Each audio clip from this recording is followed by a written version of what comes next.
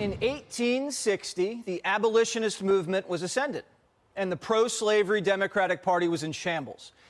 It was the year Abraham Lincoln was on the ballot, until Southern Democrats kicked him off the ballot. Instead of trying to win an election with persuasion, Southern Democrats booted Lincoln off the ballot in 10 states. But even that wasn't enough. Lincoln became the first president ever to be elected with less than 50% of the vote. And then the Civil War broke out the next year, and Abraham Lincoln was later assassinated. History always has a way of repeating itself. Last night, just like Southern Democrats did to Lincoln, the Colorado Supreme Court banished Trump from the ballot. The Colorado Secretary of State explains why. I think that the big picture, no matter if Donald Trump ends up being on the ballot or off the ballot, is the extent of how dangerous he is to American democracy. You can't save democracy by denying Americans the right to vote. You can't find somebody guilty of a crime that they haven't been charged with.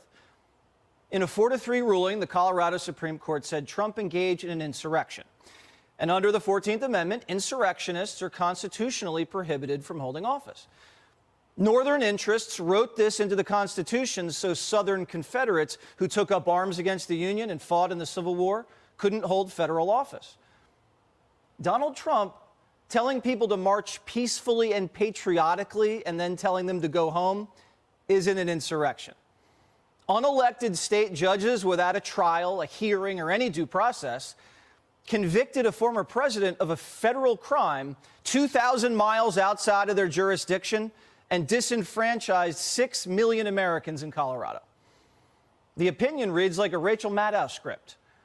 The Democratic judges said Trump's an insurrectionist because once he told a crowd that in the old days a protester would be carried out in a stretcher. They also said, quote, President Trump threatened to deploy the military to Minneapolis to shoot looters amid protests over the police killing of George Floyd. Wanting to stop violence is now a call to violence. But Democrats who actually called for violence and participated in violence, it's fine. If that's the standard, Maxine Waters is an insurrectionist, no relation. But it's enough evidence for Joe Biden. Mr. President, your reaction to the Colorado ruling on Trump at the ballot? I'm not going to comment on a court case.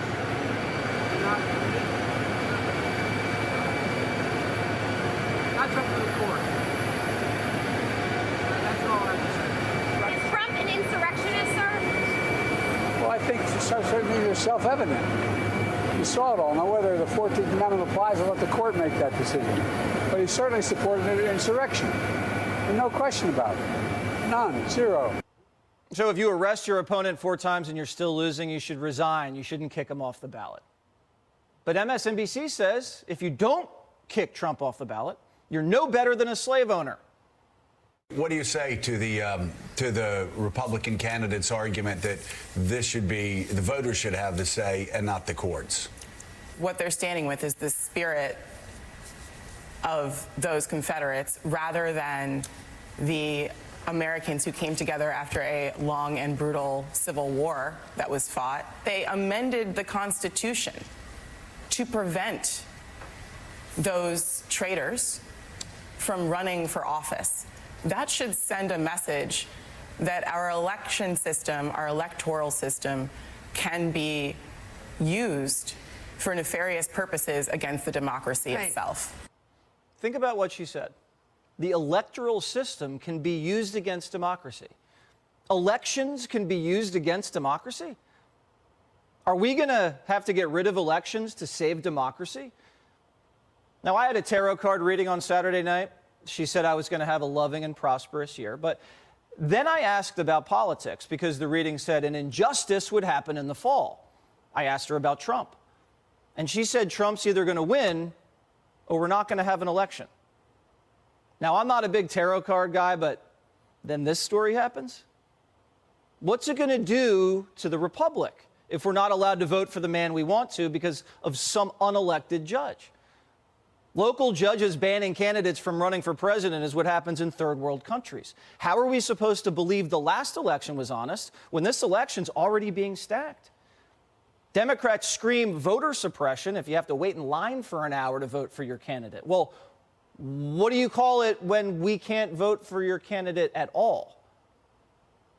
That's voter intimidation? No, that's voter elimination. Seasoned political veterans across the political aisle all say this case is judicial insanity. I think this case will be handled quickly. I think it could be 9-0 in the Supreme Court for Trump. This country is a powder keg, and this court is just throwing matches at it. This is hands down the most anti-democratic opinion I've seen in my lifetime.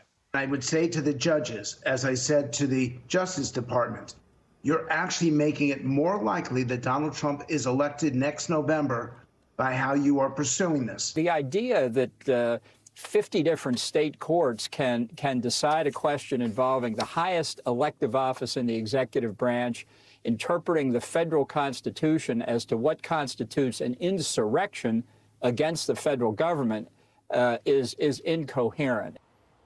And half those guys just then hate Trump. Now, when Democrat policies don't make your life better and Democrat politicians can't persuade you to give them more time, that's when they start suing. They take it away from the voters and they just have their judges throw it. These are the judges who are taking away your right to vote. One shatters.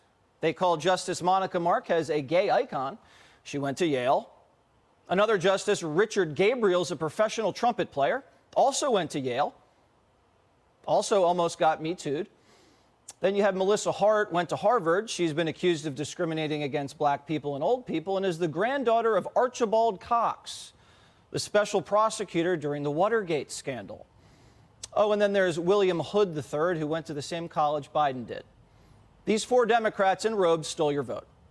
This is a judicial assassination. And this legal fever is spreading. Now, California Democrats are aiming to strip Trump from the ballot. The Democratic Confederacy took Lincoln off 10 ballots. Today's Democrats have Trump off 1, and they're thirsty for more.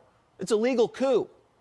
And while they scream democracy, Democrat lawyers are arresting America's leading presidential candidate, raiding his house, stripping his business license, censoring his speech. Who's the real threat to democracy? Here's the former president. Watch. Crooked Joe Biden and the far-left lunatics are desperate to stop us by any means necessary. They are willing to violate the U.S. Constitution at levels never seen before in order to win this election. Joe Biden is a threat to democracy. It's a threat.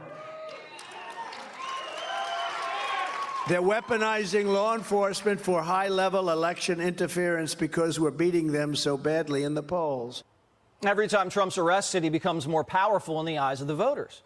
What's going to happen when they take him off the ballot?